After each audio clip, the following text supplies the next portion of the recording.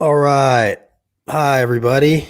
Welcome back to another Holler Hour. I just want to say right up front that if you didn't pay more than $750 in taxes, please sign off. This is for $750 and up. Taxpayers only. Just like almost everyone. Almost everybody, yes. Except Donald Trump. Good to see you guys. Welcome back. Tuesdays, Thursdays, 2 p.m. We are here. We're hollering all across the state. Follow all the hollers. Chip in if you can. It all really helps. You guys are what keep us going.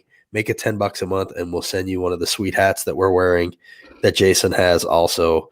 Again, thank you so much for all the support. You guys are awesome. Hi, Cassie. Why don't you start off by telling us what you did this morning? Oh my gosh. Okay. So pardon me if I'm a little loopy this morning. I've been up since I think I got up at like 3:15 in the morning, which is ungodly.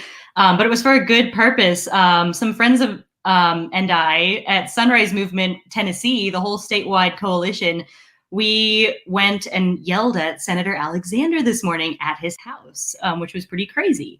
So yeah, I think Justin's pulling up the video, but we sang and chanted outside of his house because we are. Yeah. So this is what Lamar heard outside of his house this morning. Is that what this is what he heard? This and many other chants and songs. And what time was it? This was, so we got to his house at 4 a.m. Okay. And the whole thing is like a nationwide effort by Sunrise Movement. So they're like Sunrise hubs across the country have been doing what are called wide awake efforts to try to keep our senators that are kind of asleep at the wheel essentially. And we're selling out our futures for the sake of profit. Senator Alexander used to be a little bit more of a moderate voter. And now, I mean, he just toes the party line essentially, which is really like bankrupting our futures in terms of like both financially and in terms of, the environment that he's leaving for us. Obviously, Sunrise Movement is a climate justice organization. And so we are livid about his, hypocrisy on with the Supreme Court.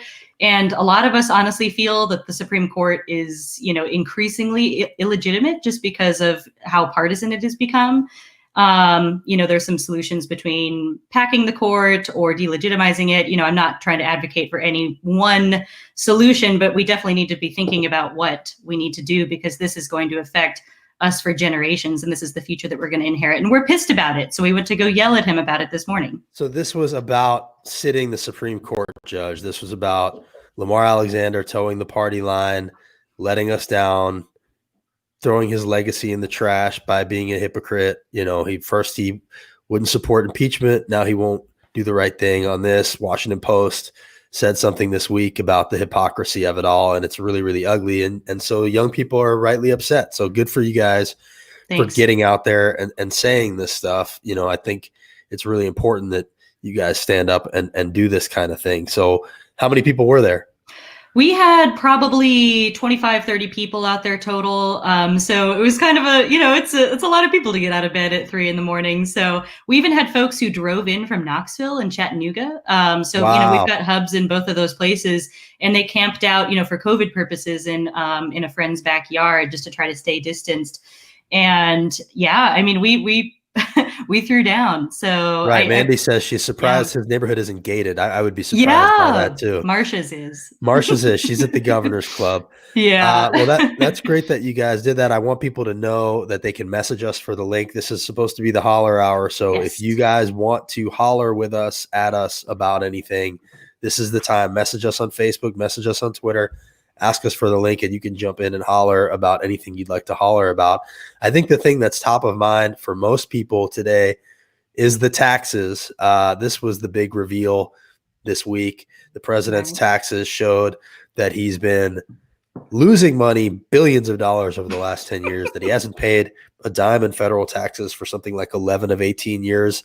And 2 of the years that he's been in office, he paid $750, which really leaves 2 choices. Is he a fraud or is he a loser? Right? Can he be both? That's really all it. Well, yes, but I mean, at the end of the day, either he's losing money on Right. everything he touches, Yeah. which makes him not the person that he's been saying he is, or, which seems more likely to me, he's just been telling the government that he loses money on everything so that he can avoid taxes, and we don't actually know. Right. So what do you think?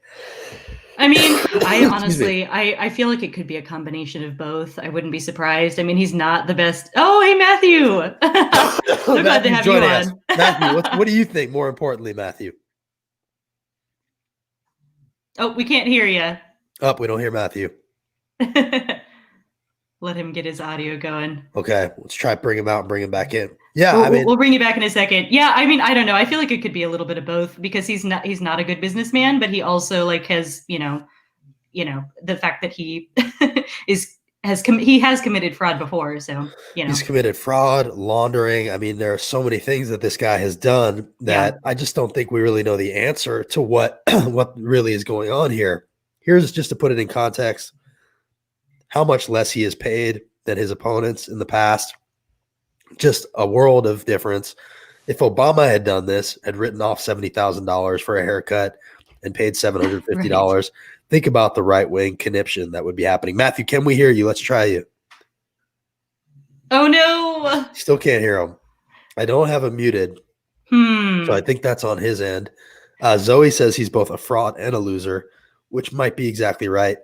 Yeah. And excuse me, I'm coughing. I warned everybody. I got tested last week. I'm not COVID sick. I'm just regular sick. We have some tweets that I wanted to show.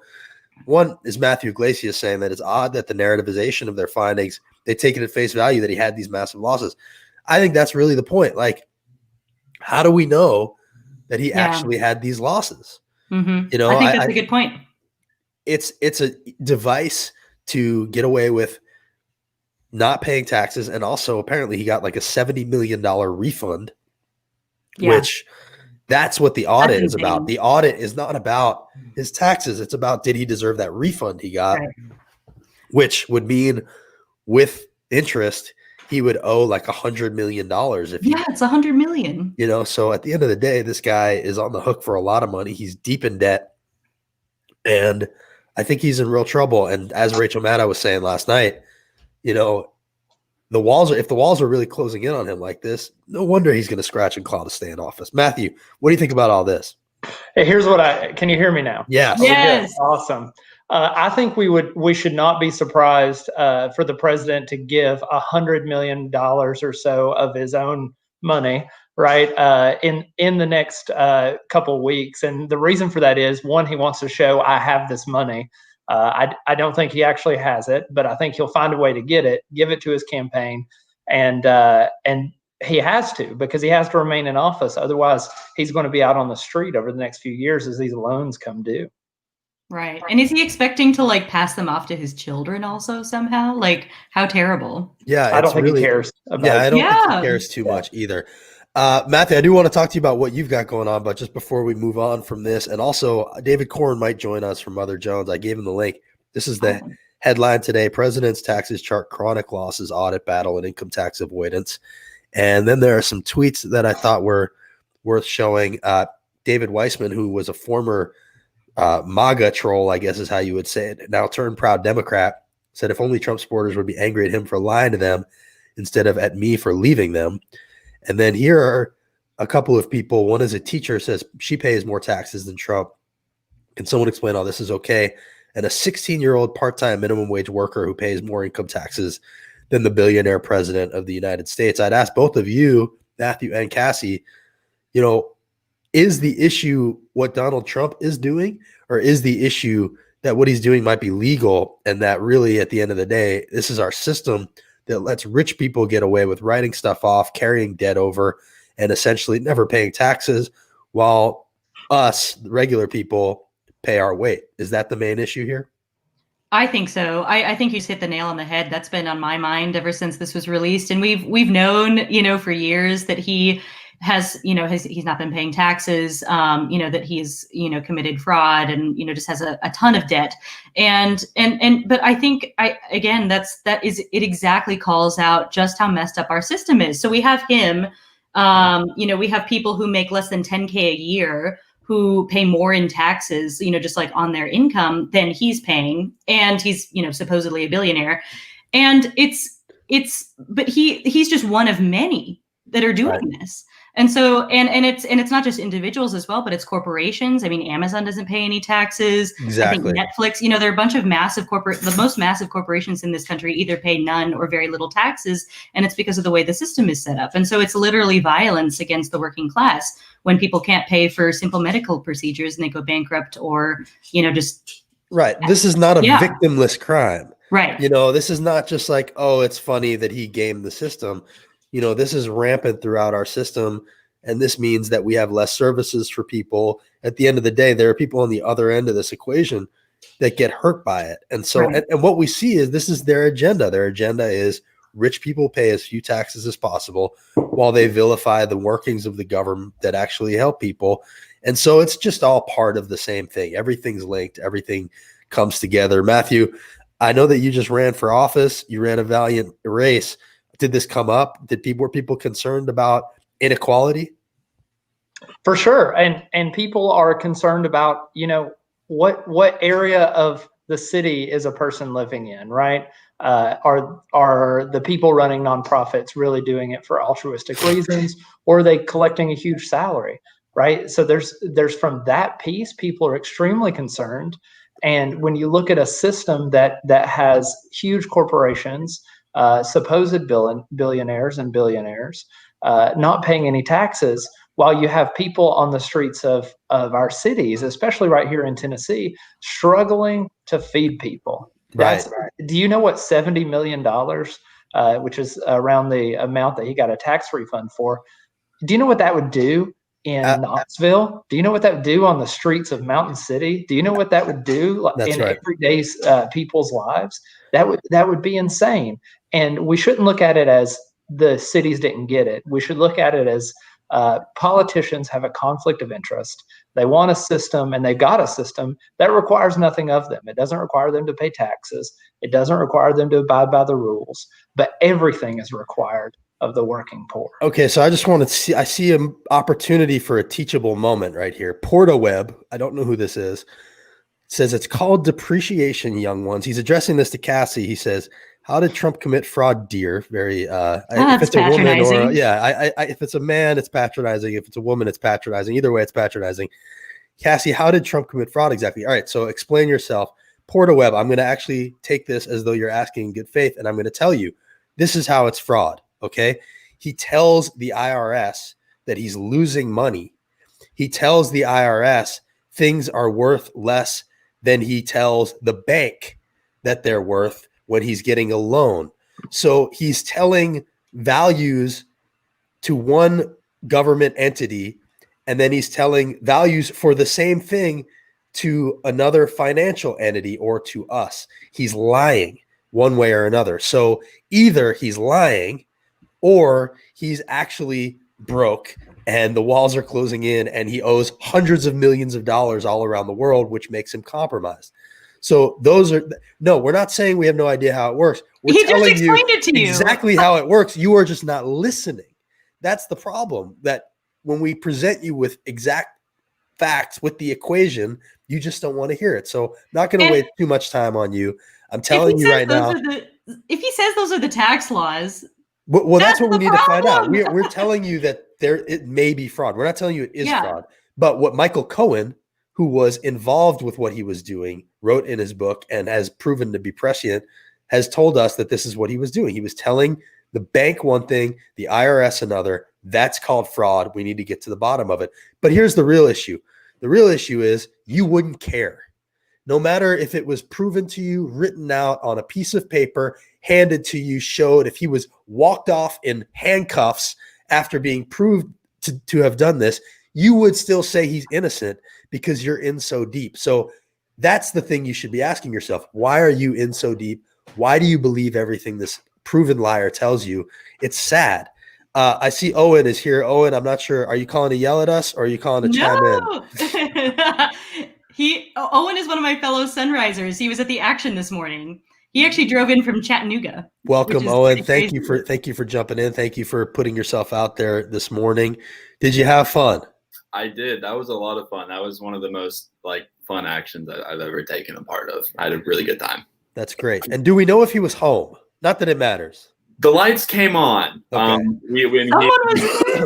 Don't know who. He didn't have to address us because he's a coward. But I like to think that he was home. At least somebody was home and got the message. Okay, that's good. Well, and what in your mind was the message, Owen? We heard it from Cassie, but let's hear it from you also. Somebody has to hold these people accountable. Obviously, he's a hypocrite. Obviously, he does not care about upholding any sort of values. His Republican colleagues are just as cowardly and just as hypocritical. And it seems like the people electing him don't really care about that either. And so we wanted to make sure he knew that we are not okay with this. Somebody is going to be held accountable. Yeah, especially this younger generation. That seat belongs to us. That seat doesn't belong to his generation. He can't. Why does he get to make this lifetime appointment when he's on his way out the door? That seat should belong to us. That seat should belong to the people who are going to experience that impact for the next. It's really wild how we have minority rule in this country. We now have something like 6 of the justices have been appointed by presidents who lost the popular vote. This is not, the will of the people in any way, shape, or form. We don't have a representative government right now, and the Republican agenda is to make it less and less representative. Unfortunately, the only way that we can really turn back the tide on this is an overwhelming, win at the polls this November, but it doesn't stop there. It keeps going with things like you guys are doing, and sooner or later, your generation is going to take over, and sooner the better. I think you guys are going to save us. So I'm really glad that you guys did that. And it's great that you're out there doing it. Porta Web is just not making any sense right now. So I'm not even going to address them anymore. Gabrielle Thompson says, we need and deserve the truth. Paula says, you're right, Owen. So good for you guys. What's the next action? And this goes with this title, The Hypocrite of the Day. Oh yes, that's coming in handy. Well, what's the next action? So I kind of want to tie this back to Matthew. Actually, Matthew's working for Marquita Bradshaw, and I'd love to have him chat about his work in a second, because it totally ties in with why we did this. And again, obviously Lamar is leaving his seat. His seat is going to be open. Haggerty and Marquita are running for that seat. Obviously, we very strongly support Marquita Bradshaw. She's an incredible candidate, and we wanted to show that, anybody that's going to follow in Lamar's legacy, which is, Haggerty is going to be that and then some if he gets into office, which we can't have that happen. So, what's next is we're going to continue that pressure. We're going to continue organizing for Marquita, and we're going to continue trying to fight to keep, Trump out of office, because he is, he's an authoritarian fascist. So anyway, Matthew, let's hear from Matthew about what work he's doing with Marquita. Before we do that, though, I just want people to know that Sunday there is a comedy show with Sarah Silverman and others, Connie Britton, who everybody's mother from Friday Night Lights, and it's hosted by Tennessee's own John Early. The DSA chapters are helping put it on, so definitely be aware of that on Sunday. It should be a cool event, a great event. She's doing outside the box stuff like jumping out of airplanes, which is exactly the kind of thing you need to do when you're an underdog in Tennessee. Matthew, how's it been working for her? Well, I don't know if you saw the video, but I was definitely there right next to her on that skydive. I'm a skydiving instructor, so it was awesome to. Oh yeah, that's right. You were with her in the air. Yeah, so it was. Wait, you're awesome an instructor. Yeah. Oh, so you jumped out of the plane with her? Yeah, so not doing a tandem, actually. So my friend Angie did the tandem, and Angie, by the way, was I believe the only woman or one of 2 women that was on the Antarctic skydiving expedition in 2016, and she's from Tennessee. So were you holding the camera then? I had a camera on, yeah, but I was wearing the Bradshaw shirt. There's a great image. I'm going to see if I can find it while y'all chat. How scared was she? Because I would have been terrified.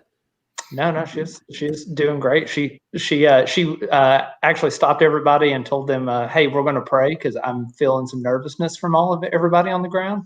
Which is exactly who she is, like calming the people around her, making sure that everybody's got food and Wow. and yeah. That's really cool that happened. Well, it's great that you were part of that. And are you like handling things in the Knoxville area for her? Or is that like, are you one of the volunteers out there?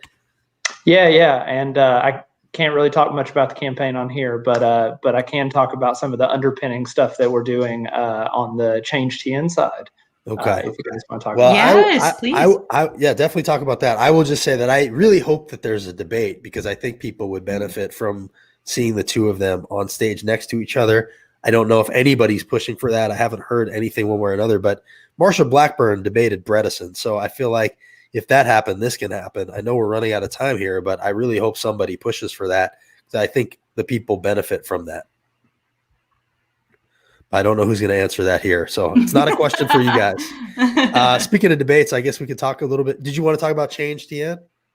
Yeah, just to throw this out there, one of the big things that you see when you run for office, and as you mentioned, I just did that, is that there is no cavalry, especially in Tennessee. If you're a progressive running in Tennessee, there's nobody coming to help you except Sunrise. But what we wanted to do with Change TN, and you can look at our stuff on changetn.vote.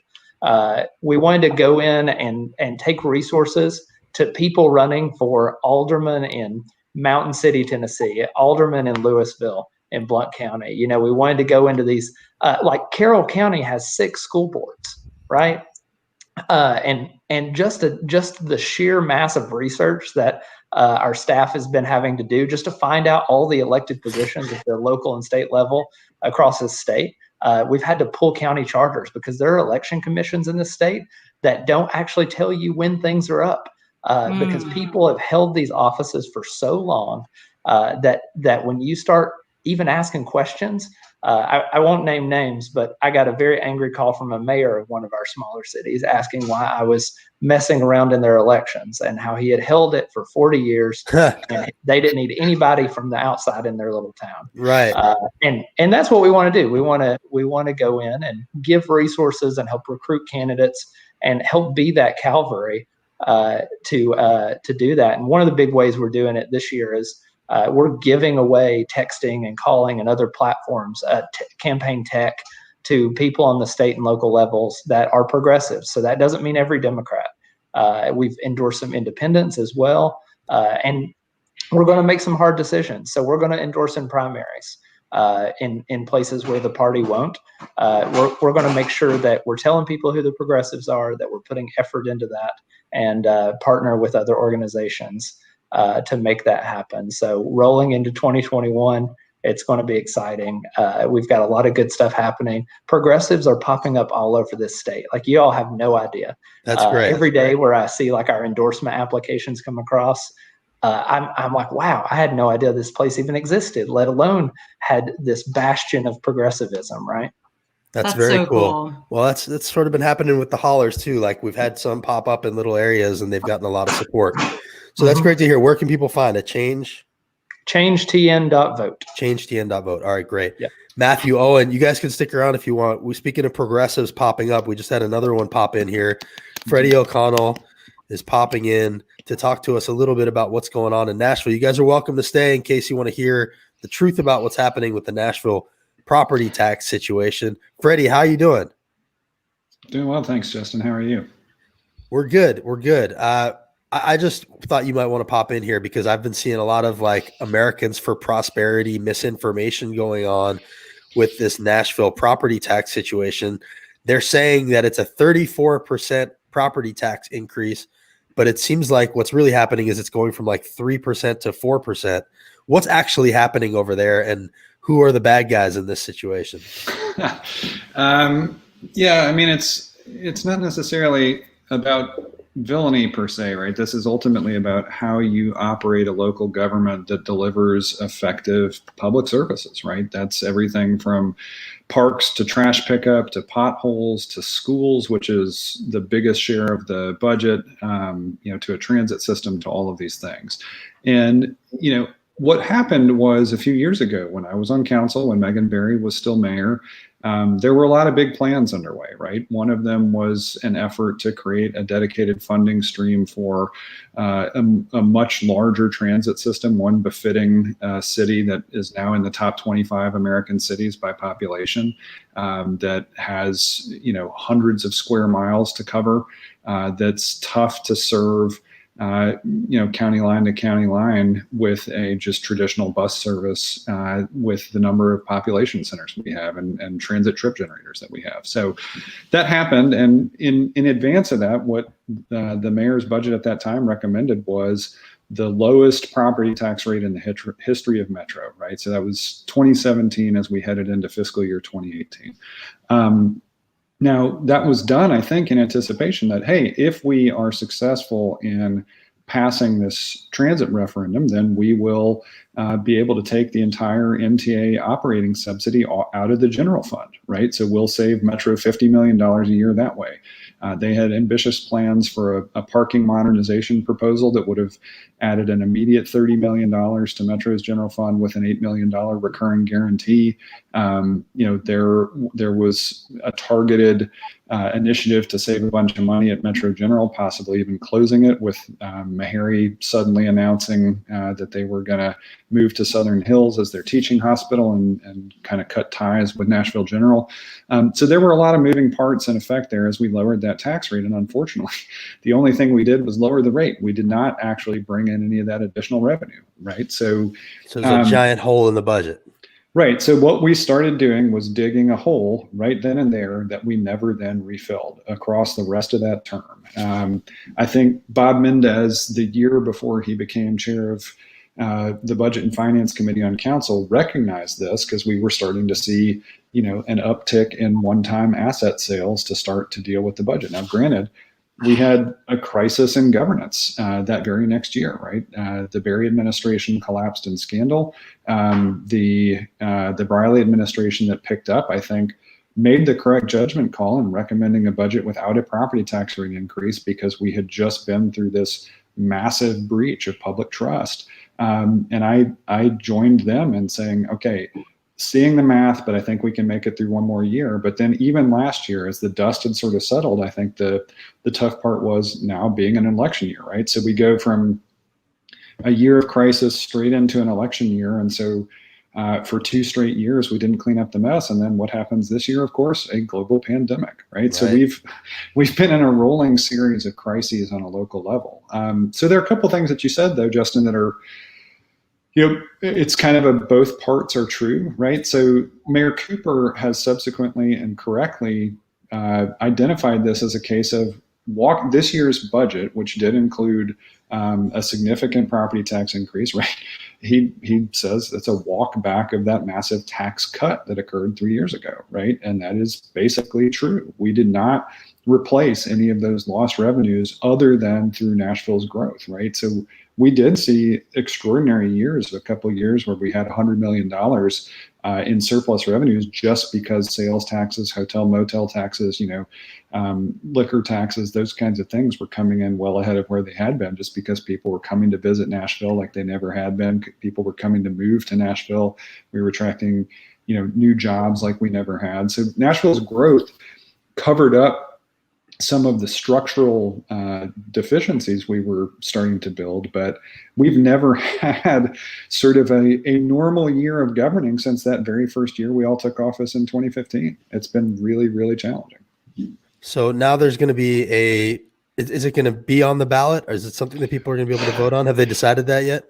They have not really. So the Election Commission met on Friday, and what happened was they basically sought a petition from a court to decide whether this should be on the ballot. And part of the concern here is Councilmember Mendez actually spoke too, because he and Councilmember Rosenberg put together a sort of stopgap referendum item that if this does make the ballot, voters should actually see 2 referendum opportunities to vote on. One would be the one that Councilmember Mendez, I think, accurately describes as basically an angry Facebook post that we would put in the Metro Charter, which is, to me, an irresponsible form of popular democracy, right?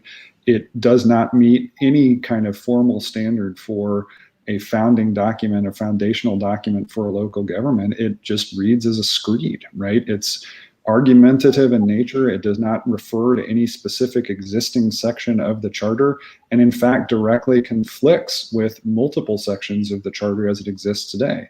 So what Rosenberg and Mendez put together was basically something that says, look, if that first one passes, we're going to have to reconcile these conflicts. And so the Second Amendment, if a court deems that this should go before voters will actually see two options, because the Election Commission did sort of offer contingent approval for the Mendez-Rosenberg Amendment. And that one would say, in the scenarios where the charter conflicts with this amendment, prefer the original language, right? So basically, let's continue operating with sanity rather than moving to this place where we would dramatically and suddenly slash our fiscal capacity. Well, I always like how Republicans seem to like ballot initiatives on a local level, but they won't support them statewide when, Medicaid expansion, right, marijuana legalization, they never have any patience for any of that. So it just seems pretty hypocritical. Just to walk it back to bring everybody else into the conversation, we have some pretty progressive people on here right now. Matthew, Owen, anybody, what are you guys looking for from Biden tonight as progressives? Is it something that, are you guys on watch to see if he tacks too close to the middle in an effort to appeal to, certain people? Or are you just, is it really just about hitting Trump? I mean, I think we're going to have a problem with voter turnout if he doesn't, start to at least appeal to some of these extremely popular progressive policies, even if it's not a commitment, just lean into it a little bit.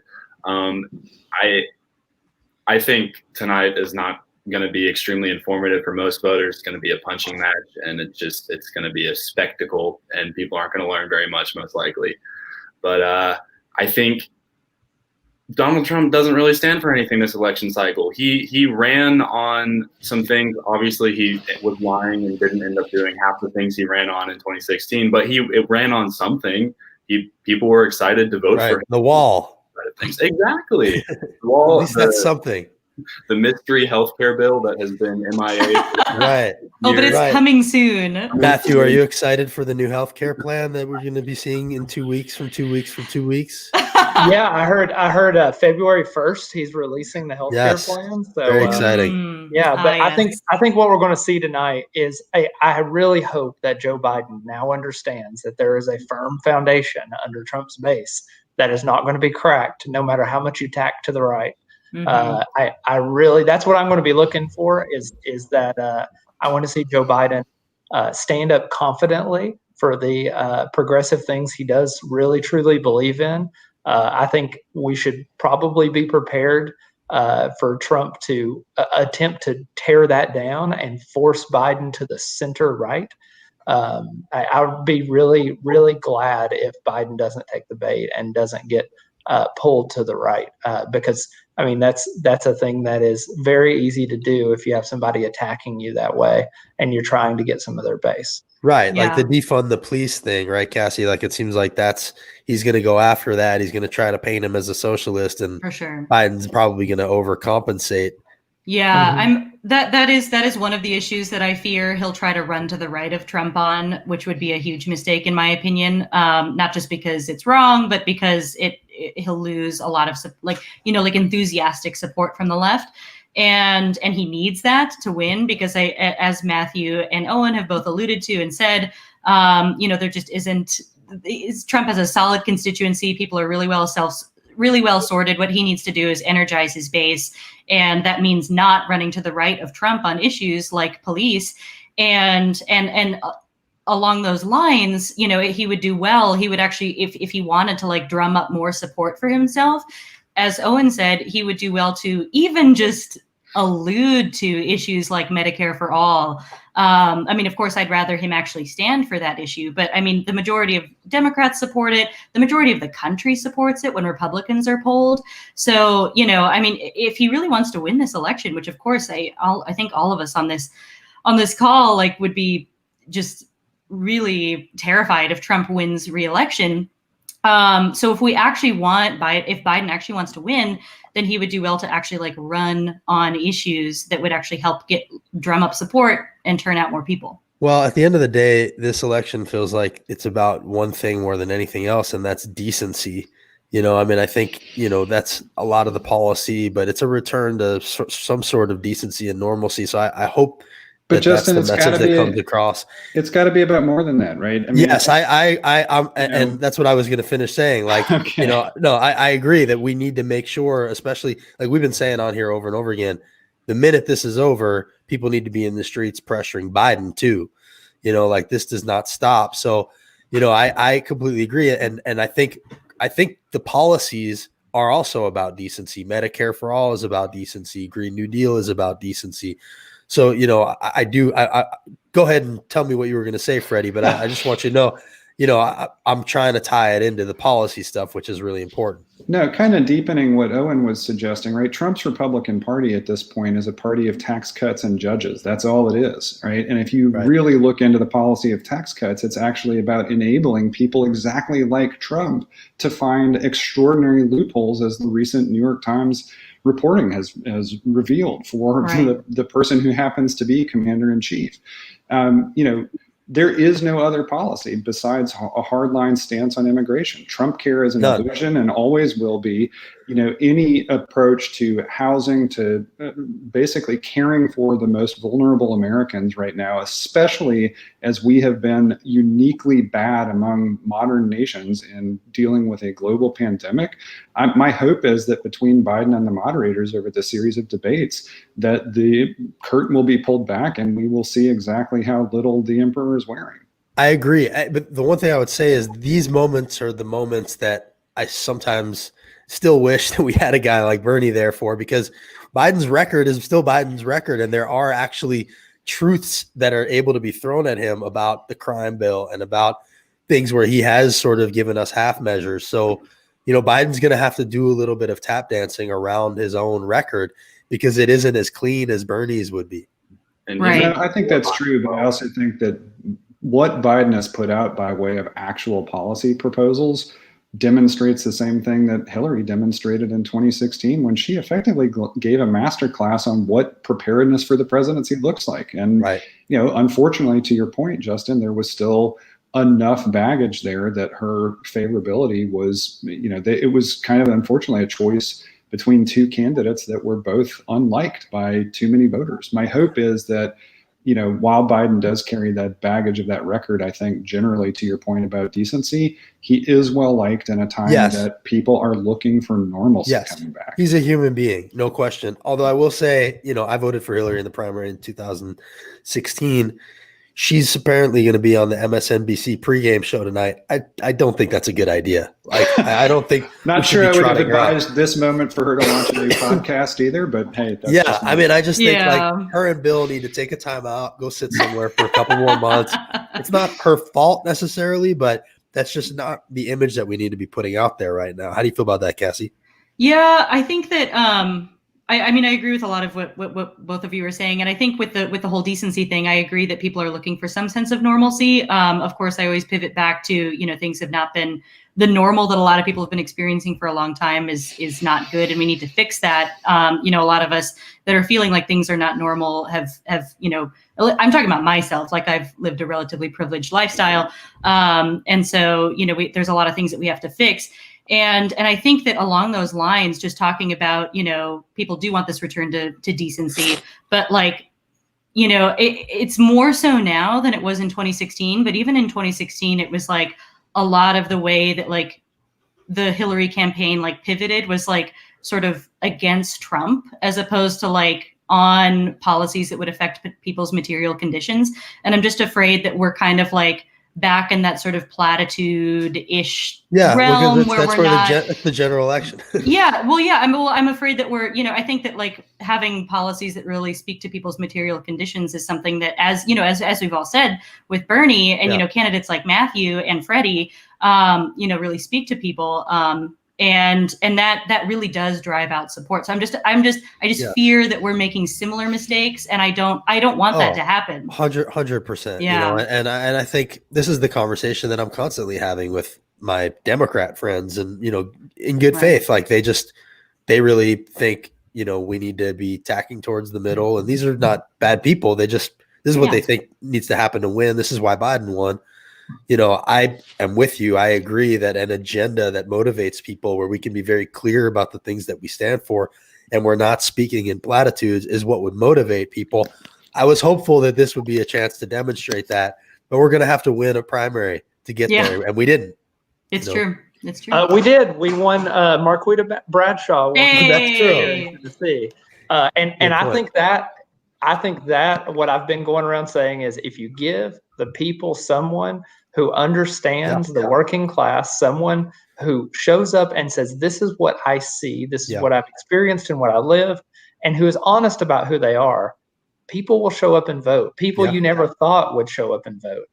vote. And Marquita's performance, to your point in the primary, I mean, she surprised people. It wasn't just a Memphis win; it was a win across Tennessee, right? I mean, it was really a remarkable performance, and I'm going to be excited to see how she does on election day. I will say, Justin, I hope people are as attentive to the fact that we've got, a realistic opportunity to make a dent in the Republican supermajority at the legislature as they're tuning into the debate tonight. I hope they're also focusing on, small dollar donations to candidates like Mariah Phillips, Gabby Salinas, Andrea Bond Johnson, Virginia Couch, Brandon Thomas, Jerry Green. I mean, we've got 4 to 6 state house races. I mean, if in a perfect night in November, if we win 8 and hold 1, then finally Tennessee actually gets to have a say in some of the things like redistricting, et cetera, that are going to matter a ton on the ground for the next decade, and how even local governments practice their politics. Yes, that would be great. There are a lot of close races that are, in need of support and energy here in Tennessee, a few in Murfreesboro, a few in Memphis, little pockets throughout. And, as Freddie's saying, those will make a huge difference. There are also some Tennessee Senate races that could use some attention. So, to change what's going on here in Tennessee, we do need things like Marquita winning to make some people think twice about, tacking too hard to the middle. We saw what happened to Bredesen. It didn't work. So, it's great to be able to give this a chance. Although I will say, at the end of the day, this election is about Trump, and people are going to turn out to vote for or against him. If you're not voting for or against him, you're probably not voting for anything these days. So, I'm hopeful that wave will be big enough to carry some of these people over the top. Just as some final thoughts, let's go around and just say, what are some things that you're hoping to see tonight? Cassie, start with you. Yeah, I mean, I just want to echo what we've said already, pretty much. I mean, what I'm hoping for is for him to not go to the right of Trump on any issues, and to and just to be, a strong advocate for policies that will help people. Because I think that both it will garner more support, it'll garner more energy for him, and it's better for people. So that's what I hope for. Great. Matthew. Yeah, I think no matter what happens tonight, let's all just remember that this is just a live action recording of tomorrow's commercials. Right. So don't put too much stock in what happens tonight, but do put a lot of stock in what's going on at the state and local level here in Tennessee. Don't go buy a billboard. For some reason, people have money to buy billboards now, and I spend a lot of time on Facebook telling people stop buying billboards. Take that money. If you want to drive progressive and Democratic turnout in Tennessee, go give it to a local candidate. Give it to a state house or a state Senate candidate. That's what drives turnout in our state.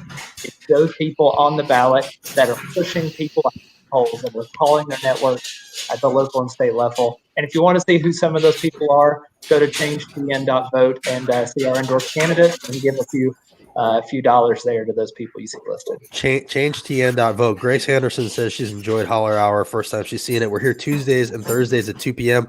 Owen, what are you looking for tonight? I think it's an absolute tragedy that climate change is not one of the topics of this debate. It's ridiculous at this point. And I think yes, Joe Biden needs to talk about it, regardless of whether they ask him about it. He needs to put something out there. He needs to let our generation know that he is not going to let this planet die and leave us with nothing. I want to echo that as well. Enough already. Absolutely. And Freddie, as a final thing. Sure. I mean, I think for me personally, I'm not going to be super attentive. In fact, I think for most Americans who've been paying attention this past 4 years, if you're undecided coming into tonight, I'm not sure what anybody's really looking for. I mean, I do hope that the idea of Trump as any kind of coherent policy-minded president just gets absolutely obliterated over the final 30 days of this election cycle. But I mean, I'm going to be paying attention to some of the resources out there, like the Vote Save America guys have funds first targeting the Senate, like the Get Mitch Fund. They've got one targeting gerrymandering to try to protect states that are, looking at that. I'm going to be looking at the fund that they've got for close state legislative races, right? I mean, these are the places where the game really matters, because it's actually not a game, right? This is real. This is every single one of these elections that is winnable across the country is going to be, frankly, as consequential as the outcome of the presidential race. If Democrats can recapture the Senate, if progressives can make headway in primaries and general elections through November, then it is a huge, huge moment for how we respond to COVID, how we expand healthcare, and how we do so many of the things, including climate change, that are going to be national imperatives over the next 4 years. Well, don't forget that Trump failed us, and 200,000 plus people are dead. That's going to be at the top of mind, I think, tonight, no matter what. He's going to try to defend himself. He won't be able to. This is just one quote that I thought was cool. This is from his campaign manager. She said he intends to deliver his debate answers in words. If Trump thinks his best case is made in urine, he can have at it. We would expect nothing less from him. He pissed away the chance to protect 200,000 Americans when he didn't make a plan to stop COVID. I thought that was a great quote. Let's end on that. Thank you guys for joining us. Freddie, thank you for the tax lesson. Appreciate you guys. We'll be back Thursday at 2 p.m. Thank you all. Great. Thanks, Appreciate